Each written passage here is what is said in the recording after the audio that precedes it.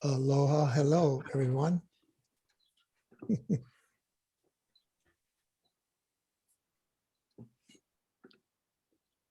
From all over the place, North America, Canada, Hawaii, Japan. I feel like a weatherman. Today we have cool 11-mile-an-hour northeast breeze.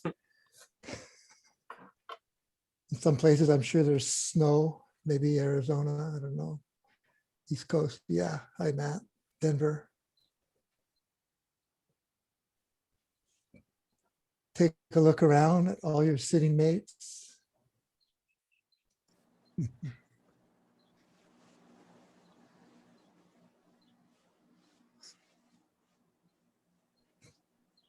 Everyone's looking well.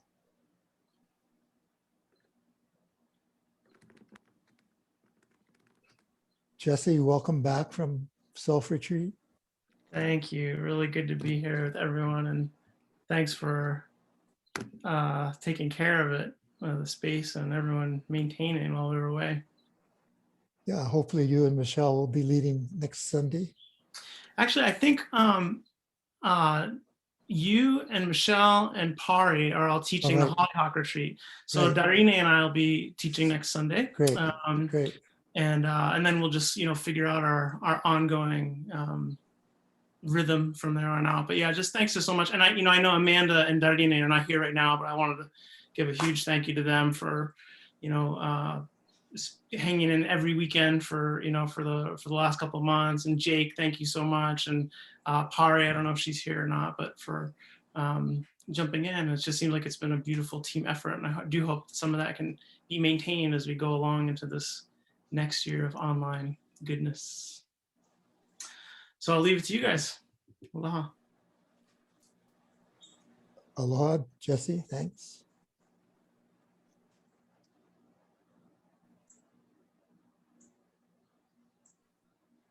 So as you settle in, taking a brief micro scans of your 6 senses, and just notice what's happening at each one. Visual, seeing, soundscape, vibrations, bodily sensations, mental, emotional, mindscape.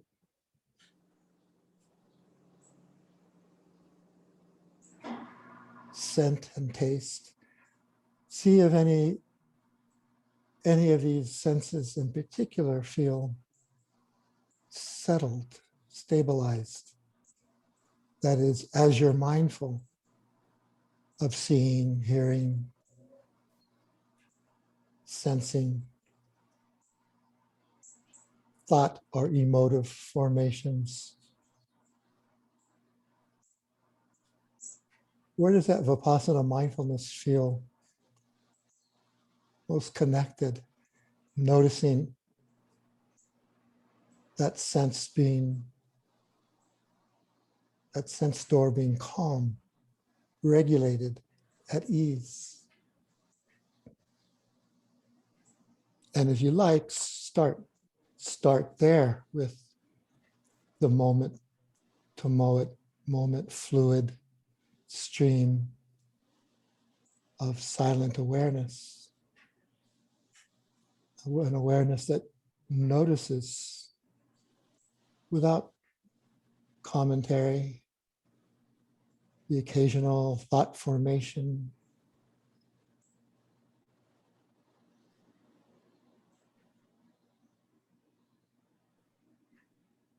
As much as possible, just a bare awareness of the bare sensory experience.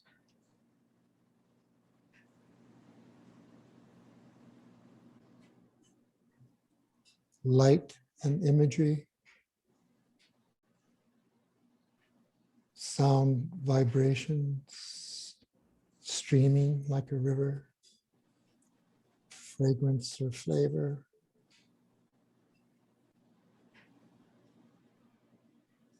The bodily flow of sensation in a particular area or in the whole field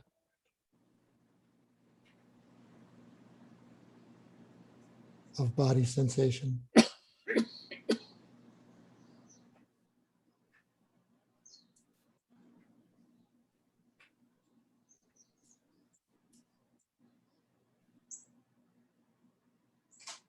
And the mental moods, quality of the heart, mind, here and now.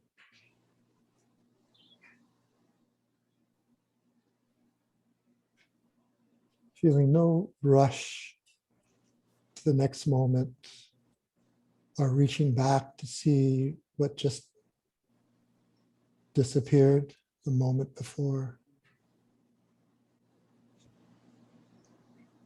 Growing accustomed to occupying this here and now space-time moment.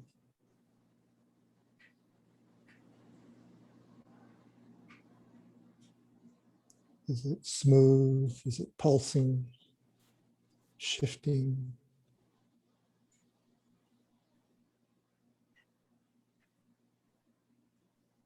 This phenomena in the body elicit certain mental states. Is it pique curiosity, interest?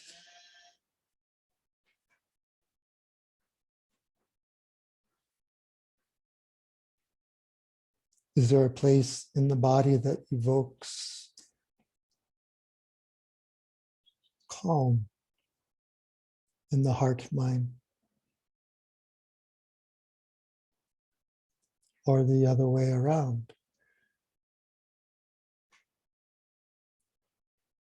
Can you notice how more tranquil mental qualities create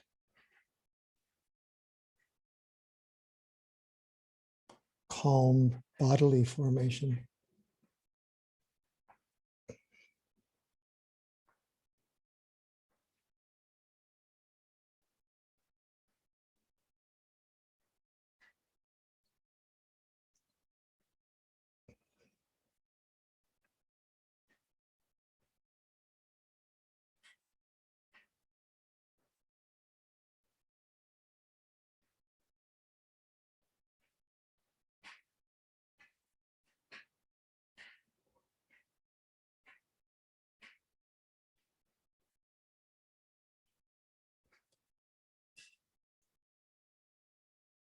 If you wish, you could do a gentle,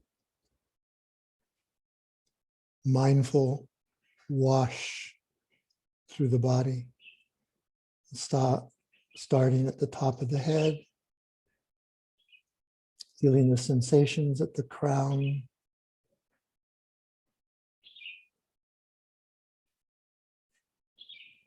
hardness, softness, warmth, tingling, numbness. And then ever so gently across the forehead,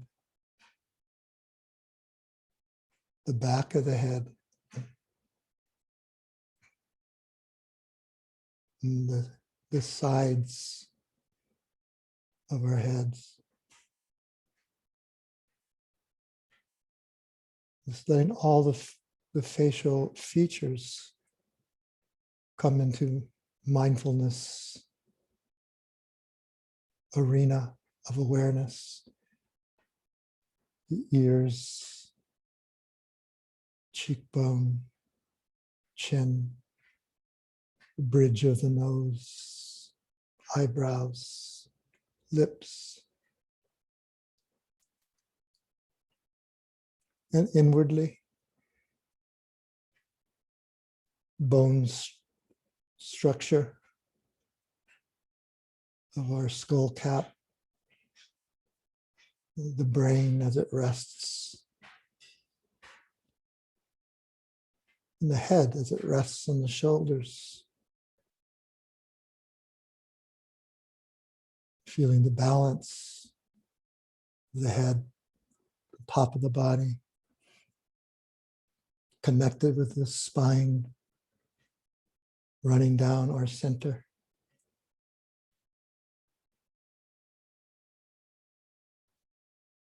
And feeling the back, upper chest.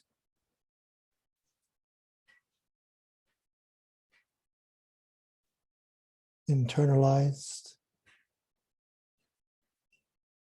to the organs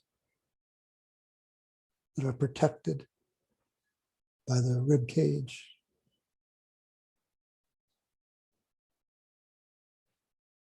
And moving down the back and front of the body, externally, and then internally.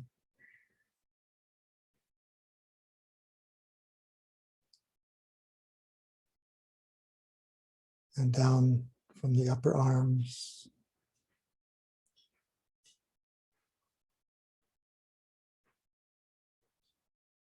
The awareness moving like liquid down into the hands and fingers, where you feel perhaps tingling, vibration, pulsing.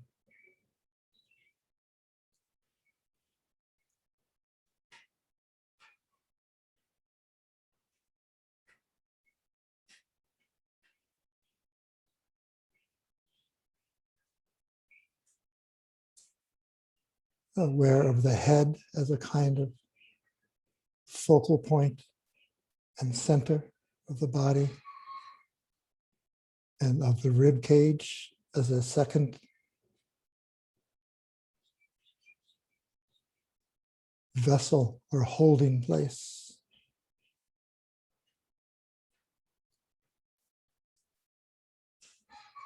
And of the pelvic area as a third cup-like holding place. Feeling the external sensations, internal, following.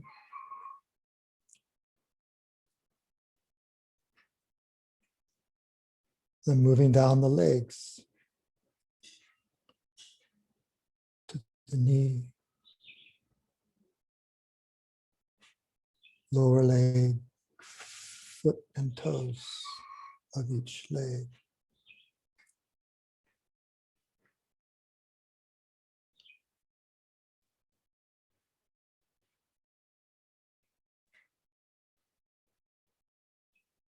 Notice if the mind feels more alert and relaxed through turning awareness from each sense door inward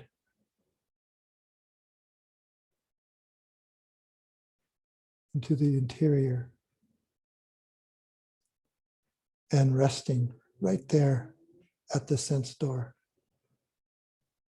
No urge to move out, to move away, abiding with this clear, gentle,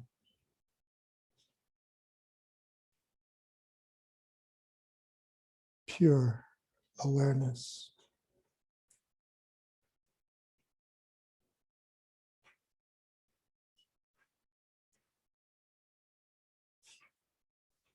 Letting go all expectation.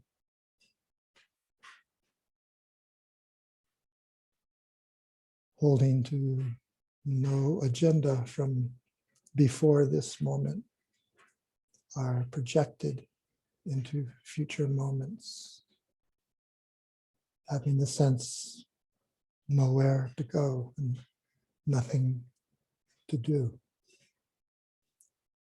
Rather just rest within oneself, deeply at ease, relaxed,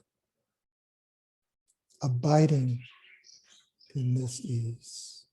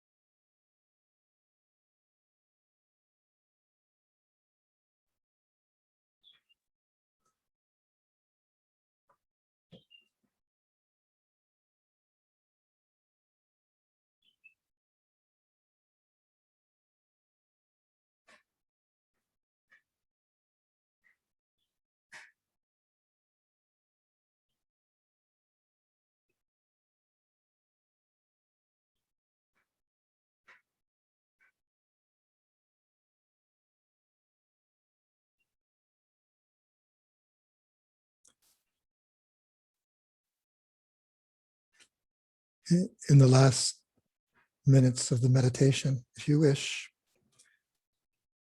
please intentionally evoke the Brahmavihara metta of unconditional wishing for your own welfare.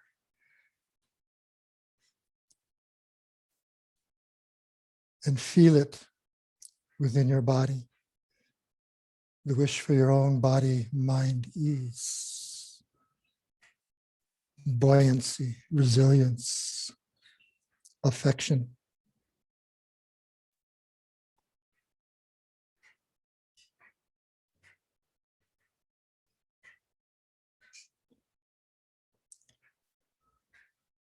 And if you do feel this metta Brahmavihara, if you like, if it's within your reach, intentionally extend it to our group Sangha here, joining in the same space and time from around the world. Extend that wish for everyone's welfare and well-being.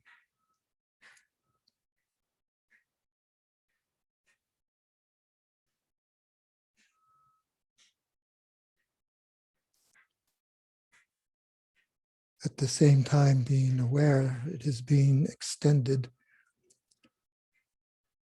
to each one of us from everyone else, and receiving this kindness.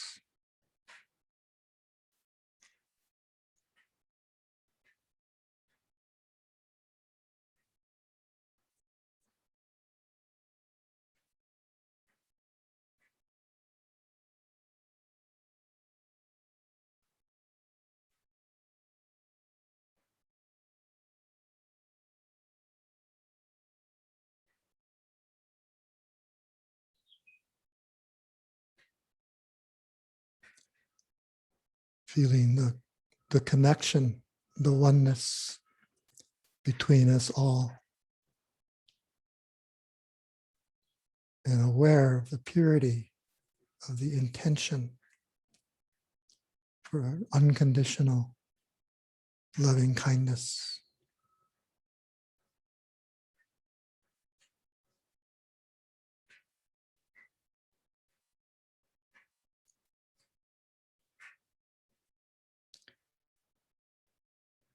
If one of my colleagues has a bell to ring, I would appreciate with much metta.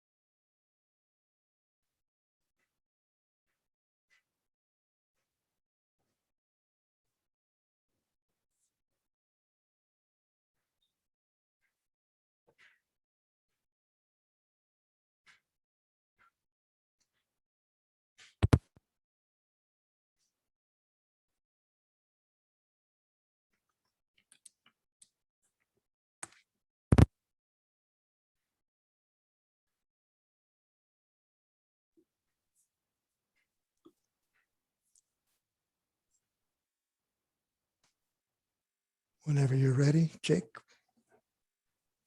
for today's Dhamma talk.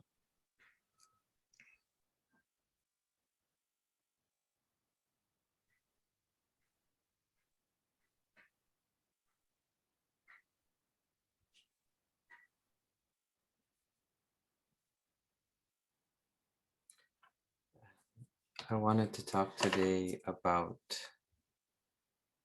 wisdom and stuffed animals, but not really stuffed animals, because The one I'm thinking of is not an animal, but he's a guy named Gus, and he is a stuffed being. He has very big eyes that look scared.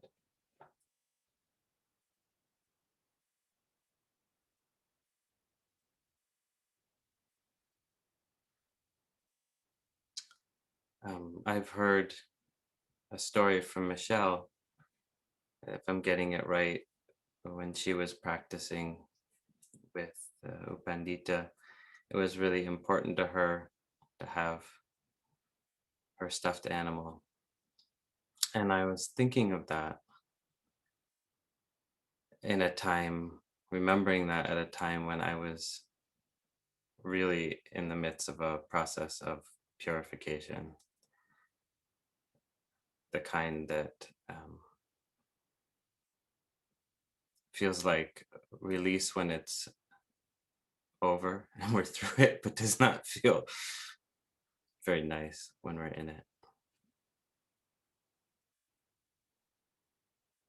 Fire and whirlwind and chaos and tumbled around so you don't know which way is up.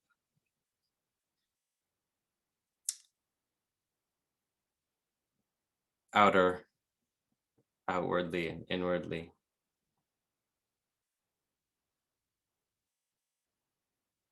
So I'll tell you a little bit more about Gus and his wisdom, but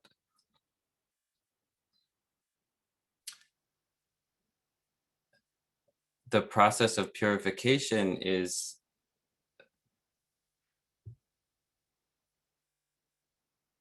covered in detail in a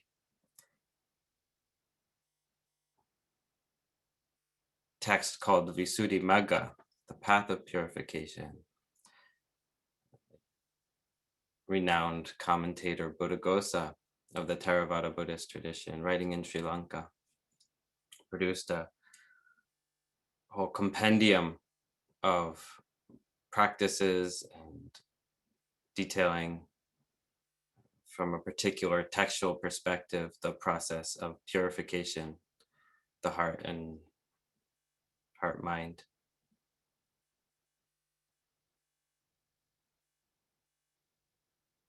And he doesn't talk a lot about stuffed animals or teddy bears in there. But it does start with this this poem, which is from the Samyutta Nikaya, from the Connected Discourses.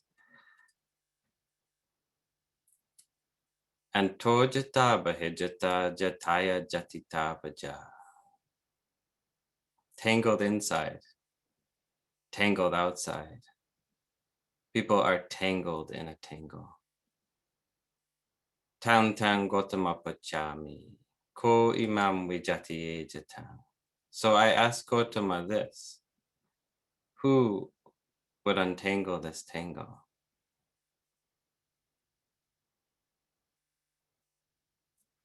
Sile patitaya naro sapanyo, chitam panyan chabawiyang. Atapi nipako biku, so imam vijatiye jatang.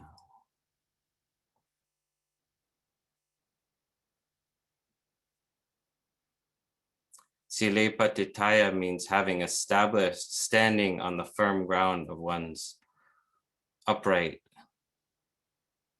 pure conduct.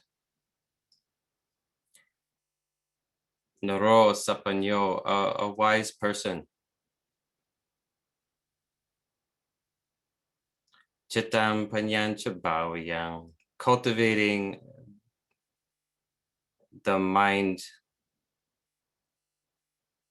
heart of samadhi, concentration, protection of the heart, and cultivating panya, cultivating the insight, wisdom that sees falling away, undependable, out of control nature of every experience.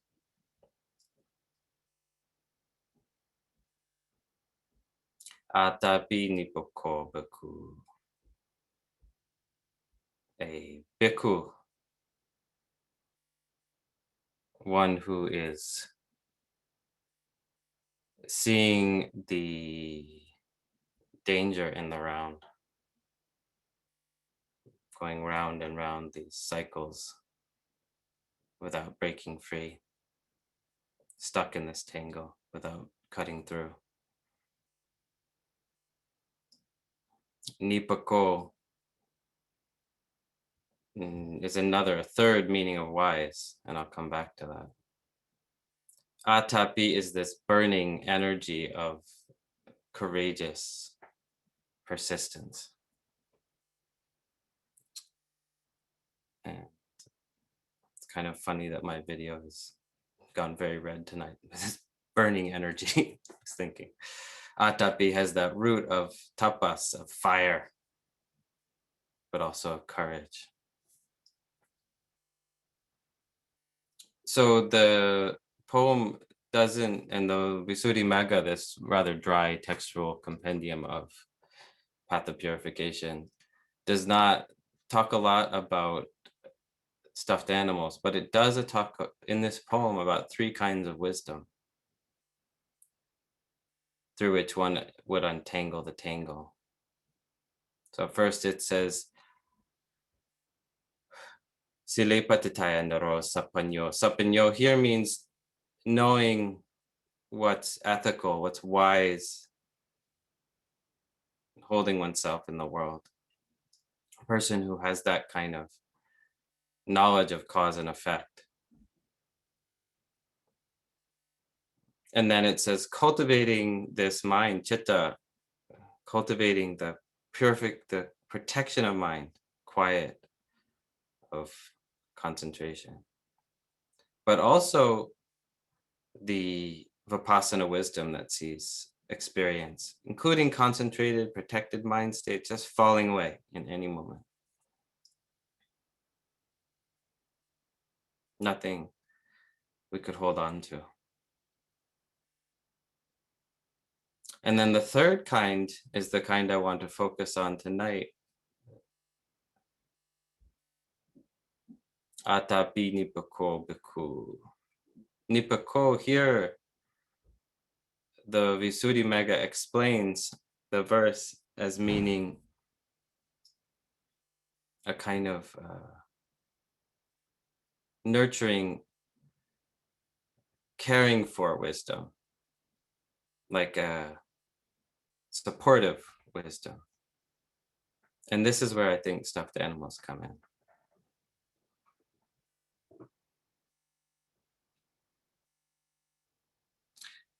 So at this time that I was thinking of Michelle's stuffed animal, whole series of really difficult conversations in my life, and kind of grasping at any place to find solidity, rest, joy, refreshment, rejuvenation. And I remembered Michelle's story about her teddy bear, I think. And right at that moment, I thought, oh, I have this, I have this stuffed being Gus that I got for a very different purpose, but I think that could be helpful now. So I went and retrieved it, and he has these very big eyes that look so scared. And so if I tuck him under the blanket with the little fringes of blanking peeping over his eyes, and I look over, it's very soothing because I want to take care of him. Like the first emotion that arises in me is of that I notice is of care. But then because it's just a little stuffed being, there's also a moment of joy, laughing at the situation. So, having these really difficult conversations, but peeking over, oh, totally inappropriately to the conversation, having a moment of kind of laughing joy. That allowed me to drop into a little bit more rest, equanimity, but also the warrior energy to stay present in difficult situation.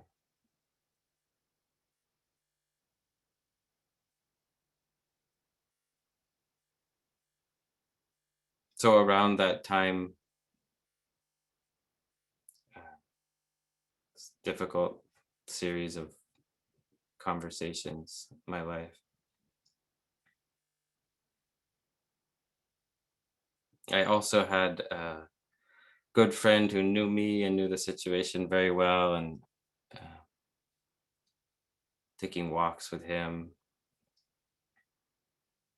And on one walk, he really pointed out, just in a very embodied way, showed me with his body how kind of to be a warrior, to stand up and not cower, not to be aggressive, not to be pushy, but also not to shrink, just really to stand in my power, really to stand in my power.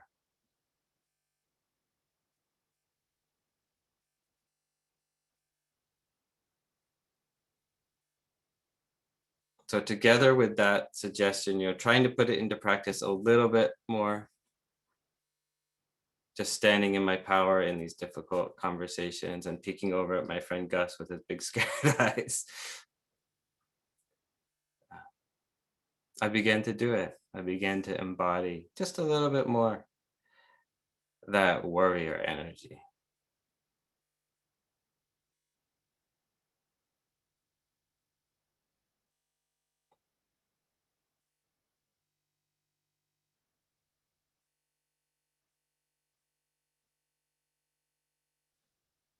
And so I showed a picture of this little guy to and his friend, another stuffed friend, to Steve, and he said, "Oh, they're the stuffed Brahmaviharas, the stuffed BVs."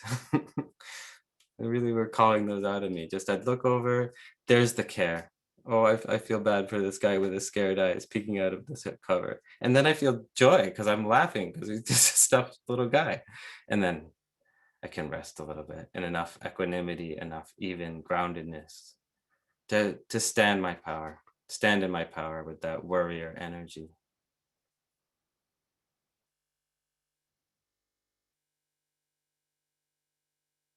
So this kind of wisdom, this Nipako, it's not just the wisdom of being a wise person in the world, ethical and upright and able to guide others. And it's not just the second kind mentioned in the poem, in the verse of the Vipassana insight that sees any experience, anger, cower, fear, terror, heartache, any of them just arising, passing through, as well as joy, as well as concentration, heat, cool, hard, soft. It's not that kind of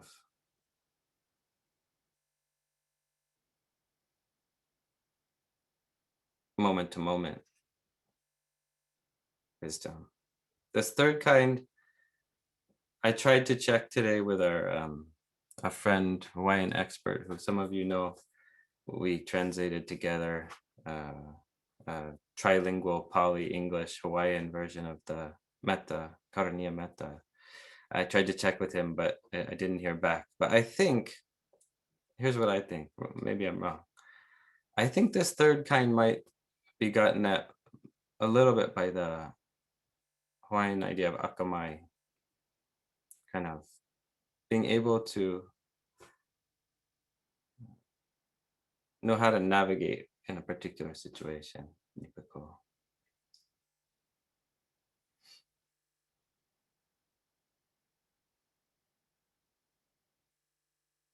So I think that these the wisdom of stuffed animals is a little bit like that. Very helpful to navigate. Very helpful to have. Very supportive.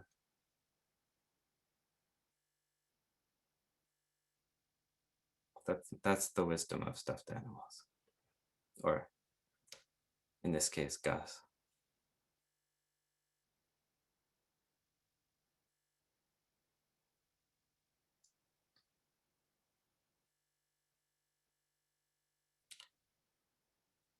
So with my friend's suggestion of starting to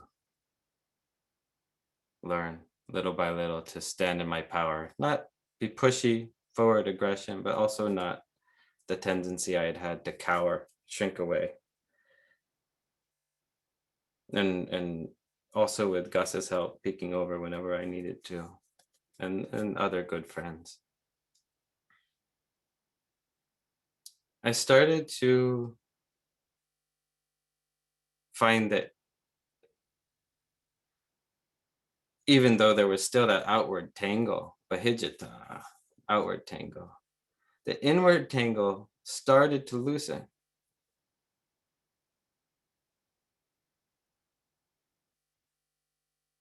First, the resentment I was feeling stood there really strong, and I'm spinning in thoughts about, "Ugh."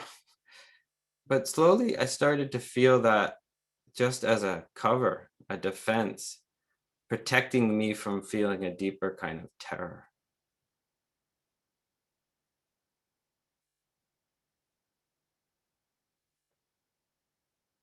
A terror that's just like all consuming and petrifying, frozen.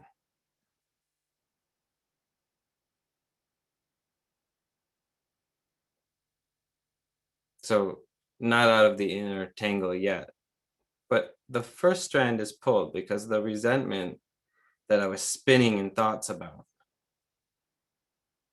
fabricating so many stories about why I was right. That had lifted a bit, and underneath now I was with the tangle of petrified fear. If I move this way, I'm stuck. If I move that way, I'm stuck. Petrified.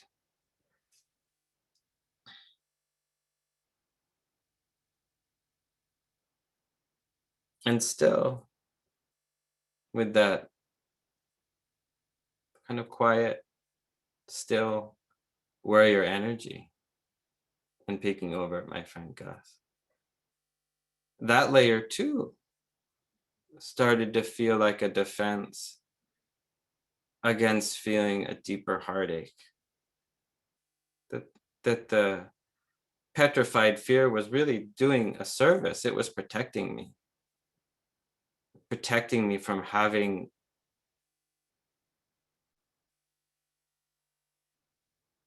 the outer inner tangle snap around in a way that left me with this deep heartache.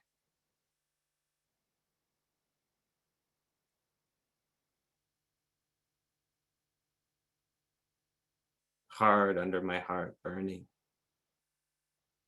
piercing up into my neck, and heat energy just steaming off of my forehead. I go check my temperature, and my sick kind of heat energy.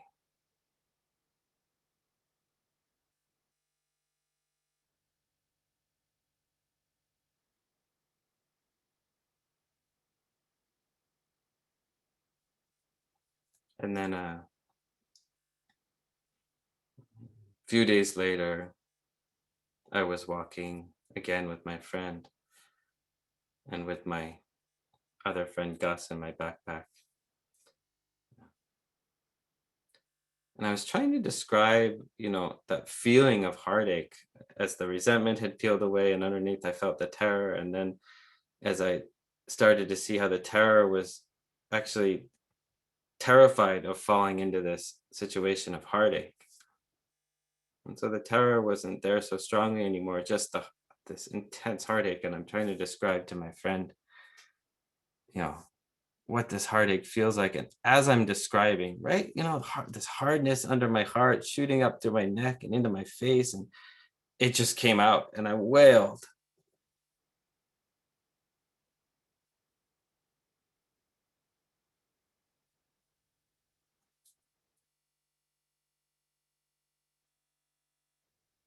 And he stood there with me for a while, just witnessing. And then we kept walking. I came back into thoughts, and it's okay. Great to be with the emotion. Okay to take a break. Talk a little. And we walked for a while, looking around at all the nature signs. And then on the way back, I just got such a clear from nature,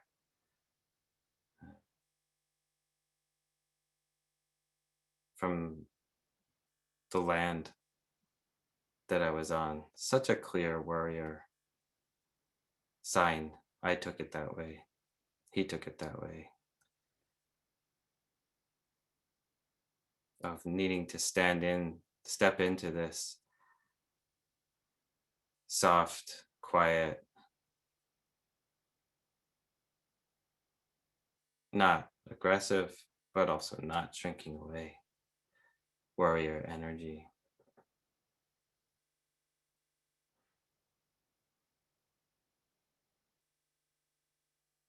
It's really powerful to have that sign come from outside right after the touching into that wailing grief. Totally not under my control, just coming out unexpectedly.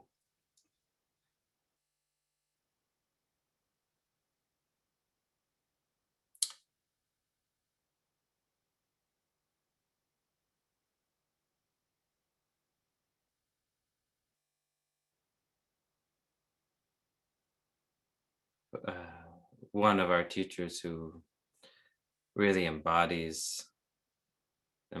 this quality of warrior, soft warrior energy, both in his political context in Burma.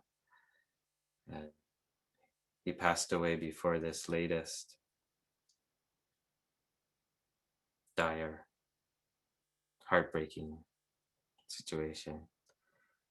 But U Pandita, in his own way, in the political context of his time, embodied that warrior energy, and very much so also in the Dhamma realm of meditation, of facing whatever's arising in our experience. Really strong, disciplined, powerful energy, embodied transmission of that virya, heroic energy that is mentioned in this poem as atapi, the burning tapas. Atapi, persistent, courageous, persistent effort.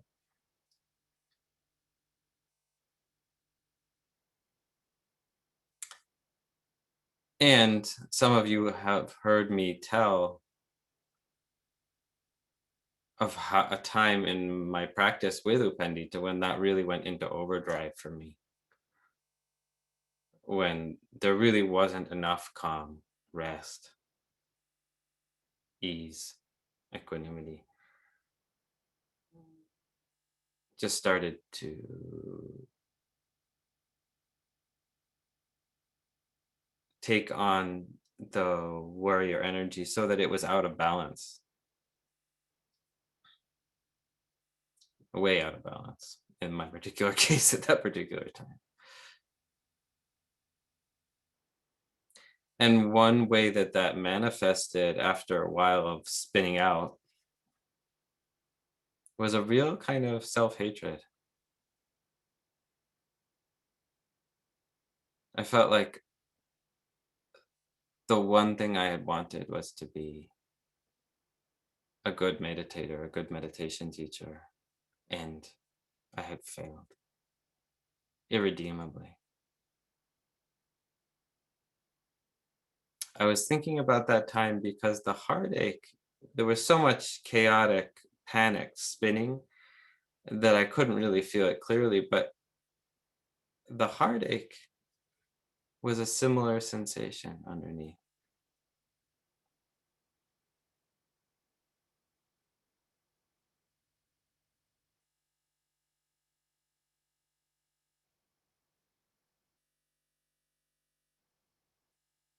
And also Michelle at that time, I remember giving me embodying another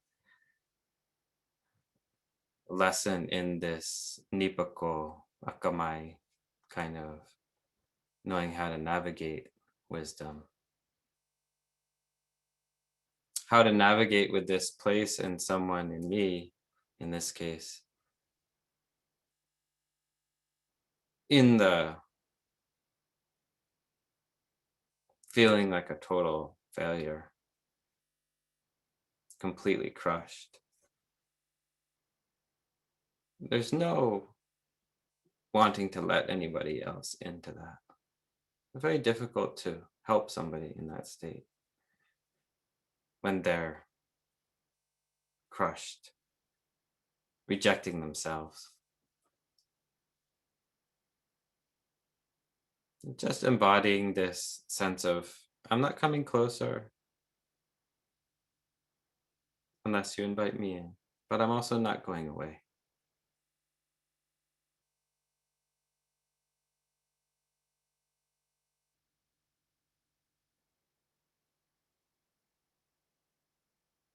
I'll just be here if you need me. Not trying to fix it for me and not an abandonment, just a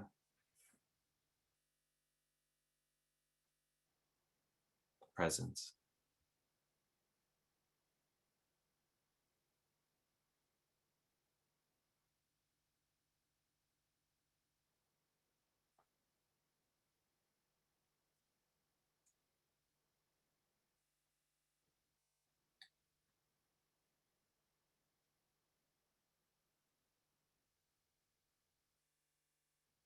So I wanted to offer today that appreciation, in particular for this quality of Nipako kind of wisdom, Akamai, wise kind of navigating, knowing how to roll.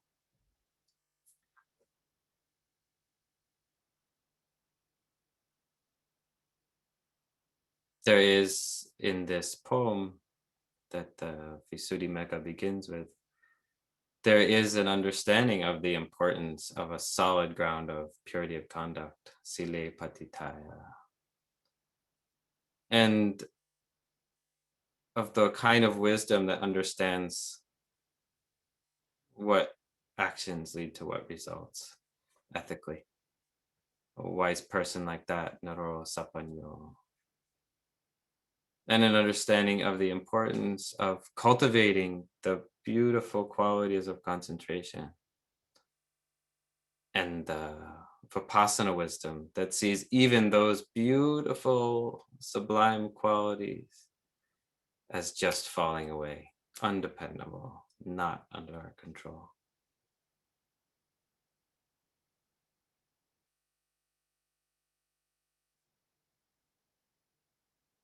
But also important is this recognition in the poem that one who sees danger in the round, being stuck in, in my case, being stuck in these cycles of resentment that were covering up layers of terror, that were protecting me from feeling layers of this heartache. Being stuck in that round, someone who sees the danger in being stuck in that round is a bhikkhu, samsare bayan ekatiti bhikkhu. So with this kind of skillful navigating, Nipako, that kind of wisdom, with stuffed animals if necessary, or if helpful, and whatever else, walks with a friend, movies. That was another transmission from Michelle at that time.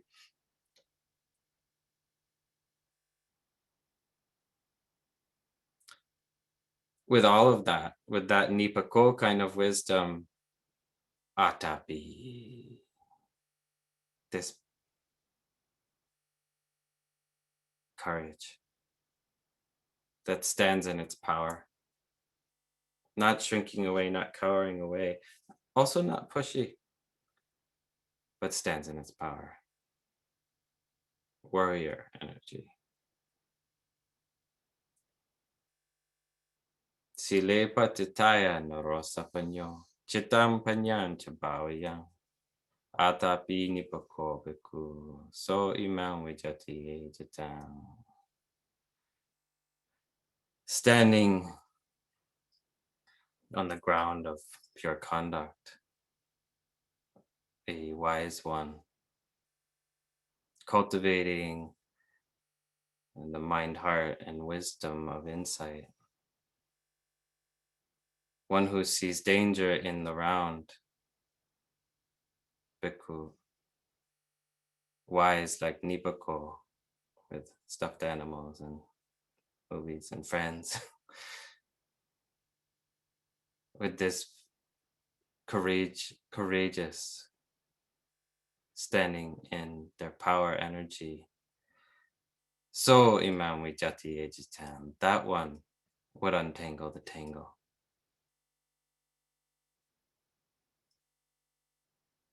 Thank you.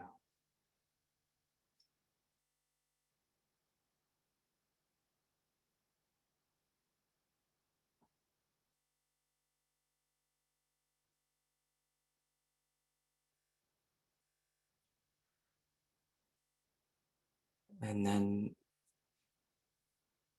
if there's any way that we can be helpful to your practice today,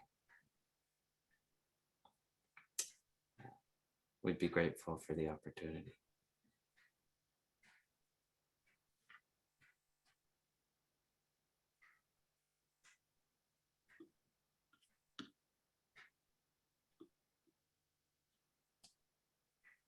Can use depending on your version, you can use reactions to raise your hand.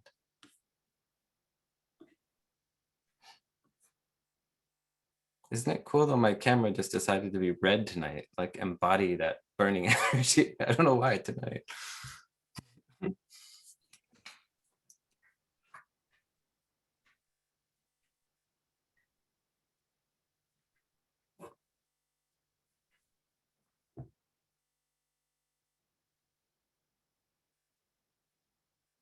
Linda, is that a question? It's not a question, Jake. I just wanted to thank you for your very moving talk. I was my heart is just full from all that you shared with us, and I really appreciate it. It was a very deep teaching. Thank you so much.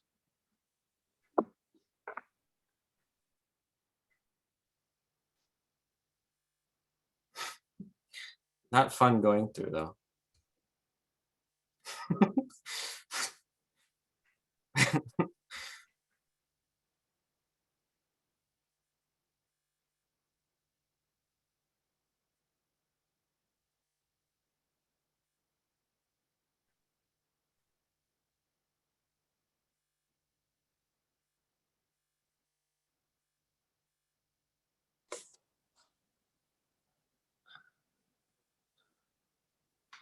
Julia? Hi. So it's kind of cheating because it's not a question, it's a thank you. Because yesterday I had a conversation where I felt like I had to be more fierce. And then I felt kind of funny afterwards. And I looked at my motivation and it was huge and beneficial. And I looked at my conduct and it was pristine. And I still was like, what is this? And so I realized it was staying absolutely centered, such that whatever was projected onto me by another person was just automatically being handed back, because my center was sort of empty. And I wasn't able to recognize what the feeling was until Jake Davis articulated similar things in his talk. Thanks.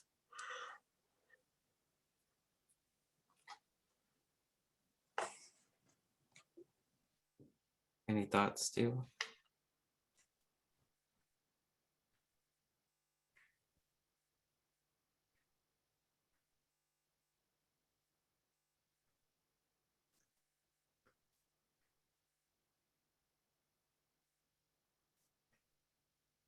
I like hearing people mirror their own experience to everyone else. We all go through the same terrain and come up against the same obstacles and inner torments and look for a way out. So I'd say thank you, Julia, and thank you, Linda, for expressing an example of what Jake was talking about today.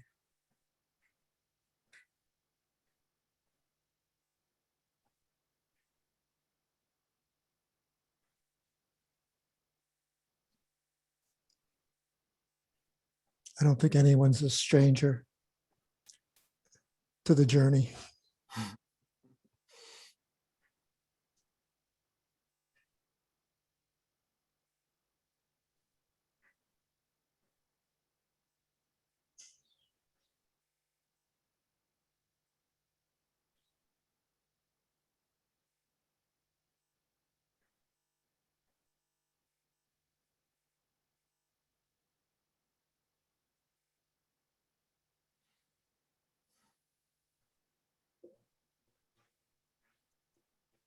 Any practice questions? Difficulties, successes?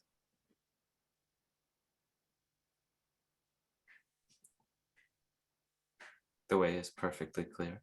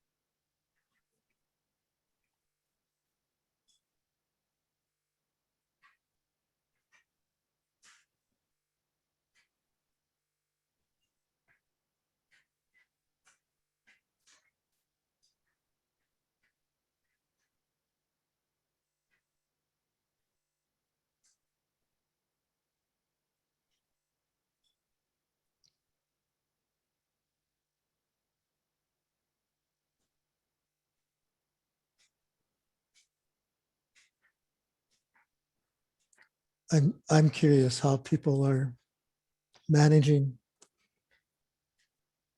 their practice, however often you do it, day to day or every few days, or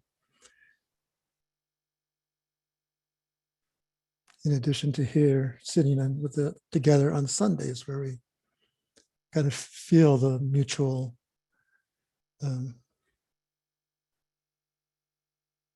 support and energy from Sangha. Sandra? You need to unmute.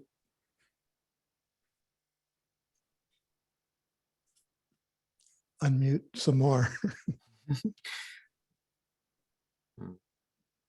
Yeah. There we go. It was right in the middle. I was looking up above and down below. Isn't it always like that? That's what I was doing too.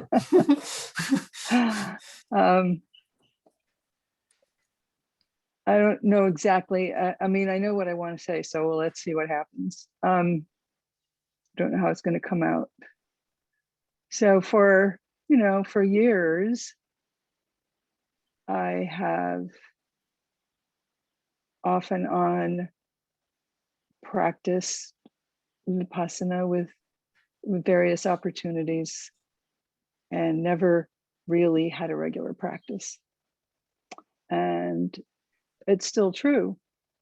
I still feel incredibly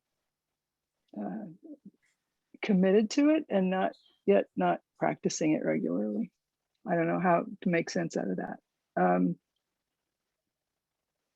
And now that we have this weekly Sunday sitting, it makes me I really feel a joy when I think of this possibility in my life now.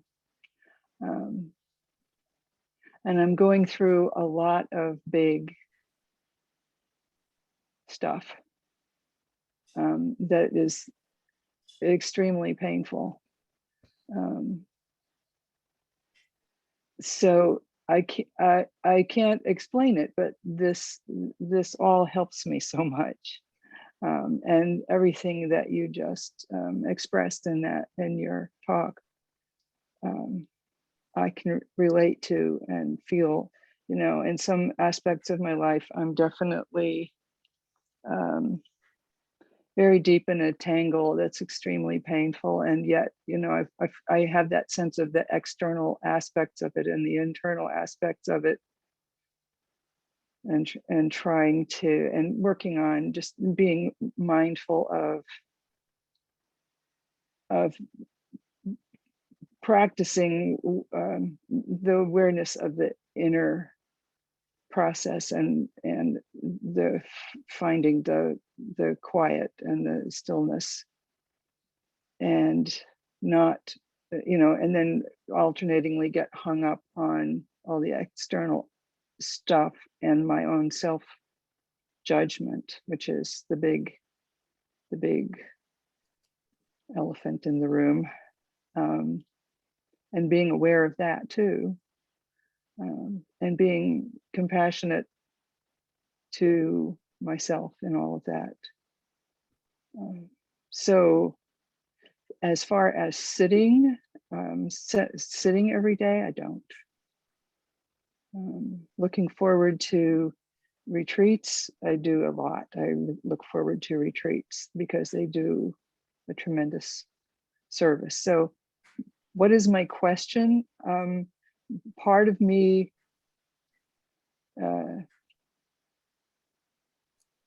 there's a constant argument and a judgment of myself for not focusing on a regular practice. And then I always wonder, I'm also working very hard in the material sense to get my life so much simplified that I actually finally, maybe before it's too late, will be able to do more than I do now, because my life is very packed. Question, what's my question? I don't want to perseverate. I have some thoughts, Thank mainly you. that I hope will remove some of the judgment. So I'll try those, and then I'm curious to hear what Steve might have to say too.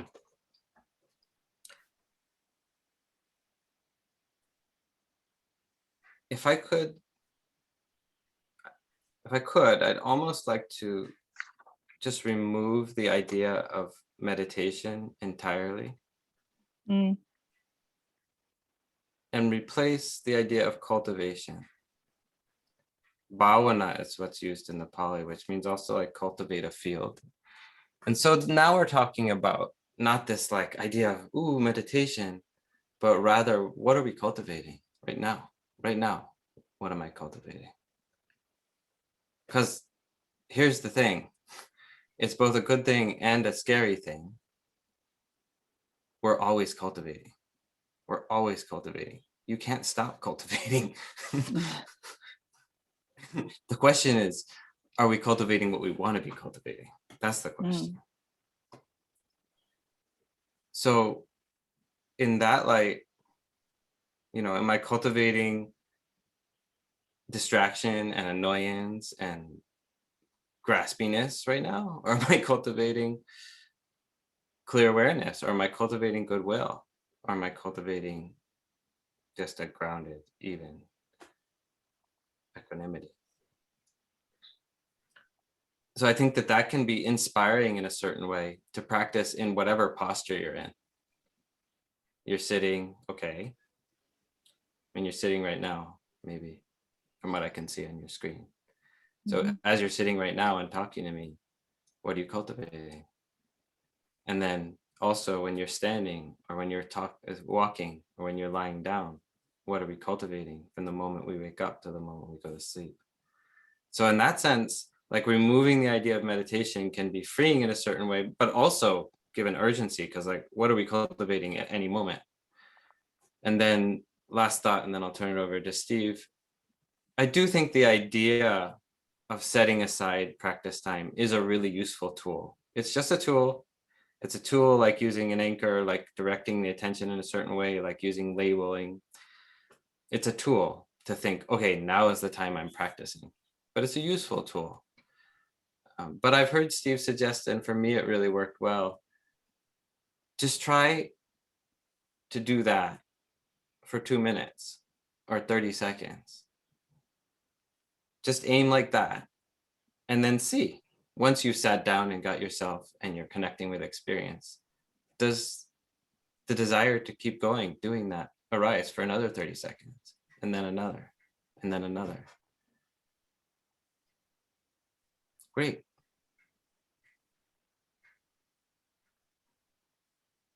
That way it comes out of appreciation instead of out of judgment. Yeah. Anything to add, Steve? I thought what you shared was really clear and really helpful for everyone. And I also had a similar sentiment in that, well, what do we mean by whether we have a regular practice or not?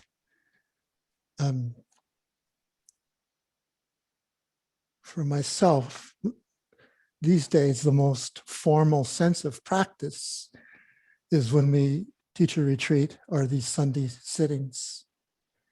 Outside of that, for the last year, for me, because it's often painful to sit, every day is practice for me. And it's often just moving from one room to the next, from my bedroom to the kitchen, or to the washroom, or to the garden.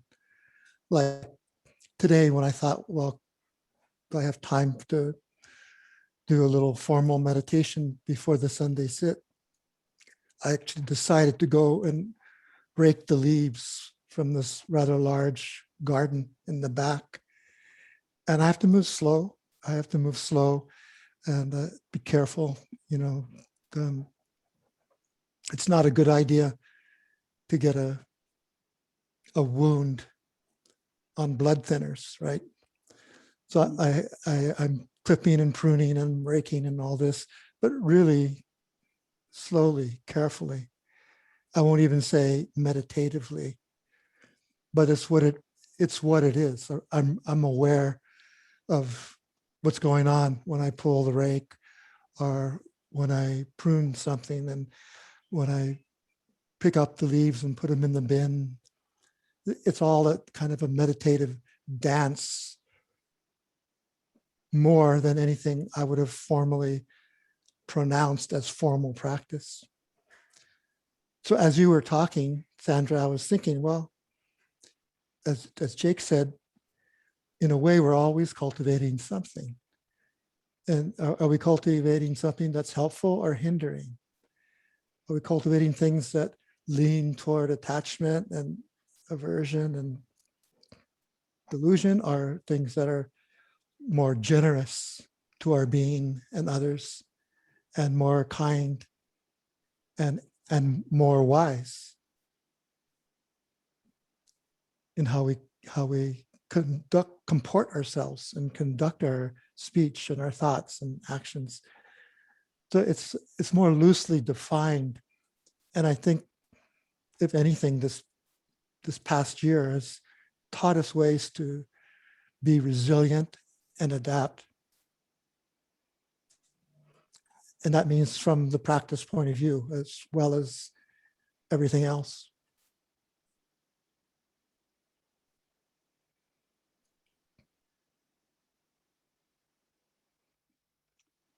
Thank you.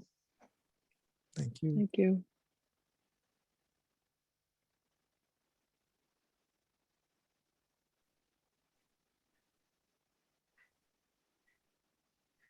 Where is it?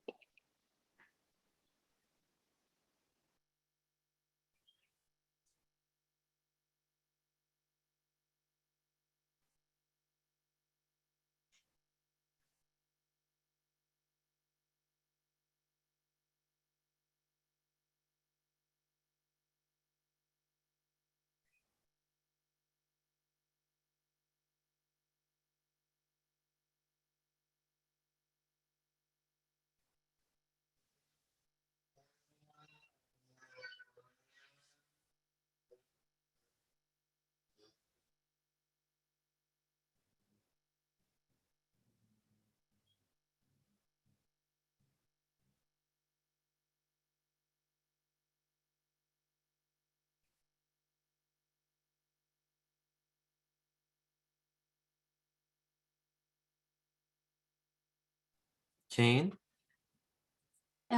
Yes, I'm pretty new to Vipassana practice. And when I started sitting, I was just doing more guided meditations and listening to tapes and things earlier. And then when I started sitting and focusing and doing more of a mindful practice, I found in order for me to do the practice, I was either I couldn't do it because it was too cold in the room, or I couldn't do it because I was going to be hungry, or I couldn't do it because I had too much to do. And so I made a list of all my excuses. And then one by one, put a timer in my room so that I could have it warm and it all set up the night before, and go through that so that then when I sat down, I didn't have any of those excuses. And then I did the same thing you were, that I understood you saying, that I'd say, okay, I'm going to do this for 5 minutes. And if I still don't want to be doing this, then I will just stop and go for a walk or do something different. And as soon as I gave myself permission, it just kind of dissolved into not being such a big deal. And then I have found that if I practice for a little bit longer, I started with 20 minutes, and I have gone now so that I'm trying to, most days I do 45 minutes. And when I do that, then when I am in the rest of my day, I find it's easier to cultivate what I really want, or to know my intentions. And that if I don't have that time, that inner quiet time, I find that harder for me to, and it's still quite challenging. And I find that I get into that kind of doership, kind of doing rather than being all the time. But I catch myself looking at then, am I doing this because I just want someone to love me, or that I will feel like I'm a better person? and then kind of can settle into letting go of some of those things. But it seems like there are so many different levels of going in and out all day long. There are, and how you just articulated that, Jane, if you hadn't said that you're a beginner, I would have thought you've been practicing for decades. That sounds like the experience of people we've been working with and ourselves for decades. It's very clear. And if that comes from your beginner's mind, keep it up. Keep being a beginner. Thank you.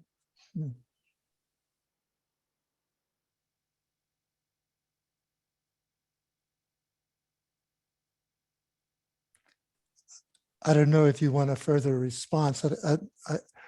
I heard a real clear articulation of your experience and just want to affirm that.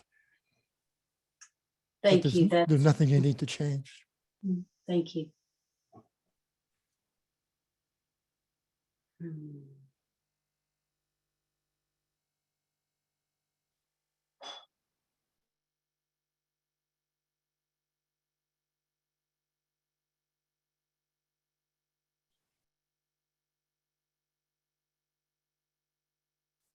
So it may be time for aloha.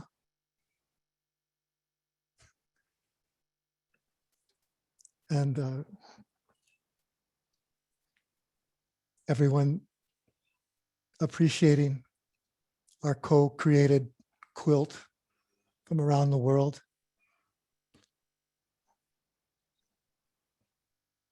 Check each other out here as we send our heartfelt kindness and wishes for care, kindness, equanimity.